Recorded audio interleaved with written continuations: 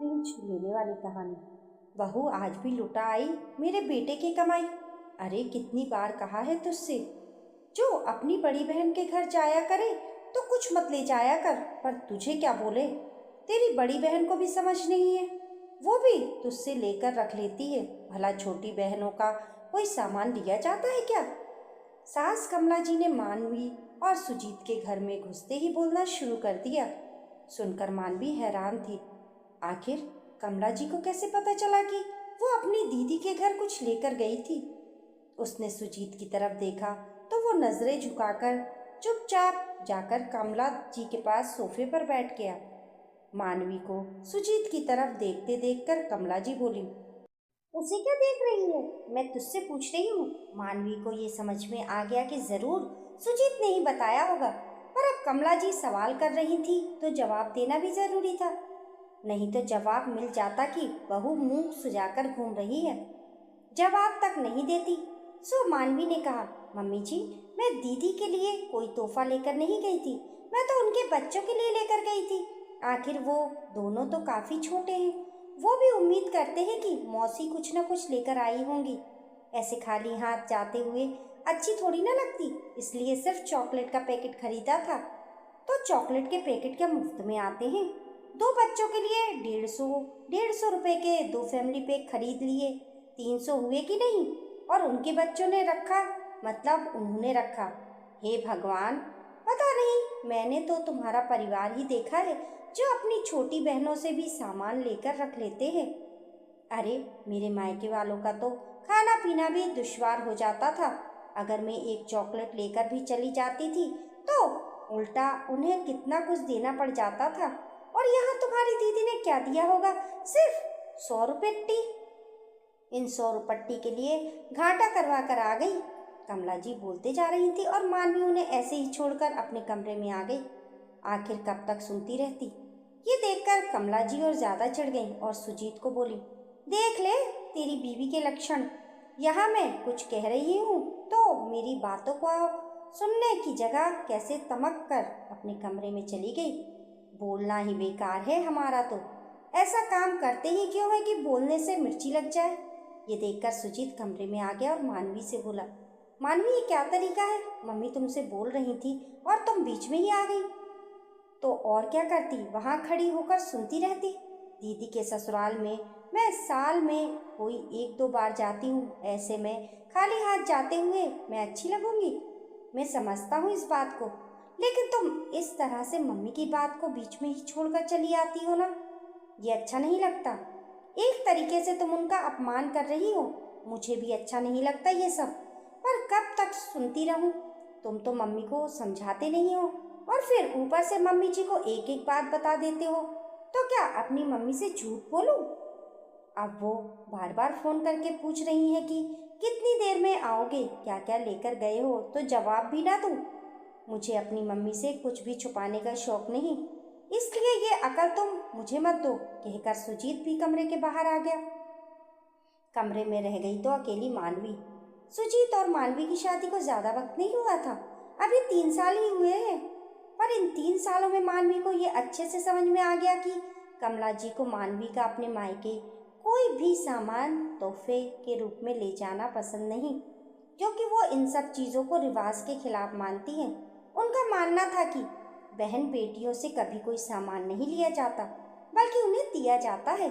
इसलिए वो खुद के मायके भी कभी कोई तोहफा लेकर नहीं जाती और मानवी को भी अपने मायके या अपनी दीदी के बच्चों के लिए कोई सामान ले जाने से इनकार कर देती। पर मानवी की दीदी के बच्चे छोटे हैं, तो वो भी ये उम्मीद करते हैं कि मौसी जब भी आएंगी कुछ ना कुछ लेकर ही आएंगी। कमला जी की इन्हीं आदतों के कारण वो अपने मायके में भी कंजूस बुआ और कंजूस मौसी के नाम से ही फेमस थी। पर उन्हें इससे कोई फर्क नहीं पड़ता था। वो तो अपनी इस आदत को बड़ी सफाई से रिवाज का नाम दे देती थी। लेकिन अब वो बहू को भी रोकने की कोशिश करती थी, इसलिए कई बार मानवी बिना बताए ही छोटा मोटा तोहफा खरीद कर ले जाती थी।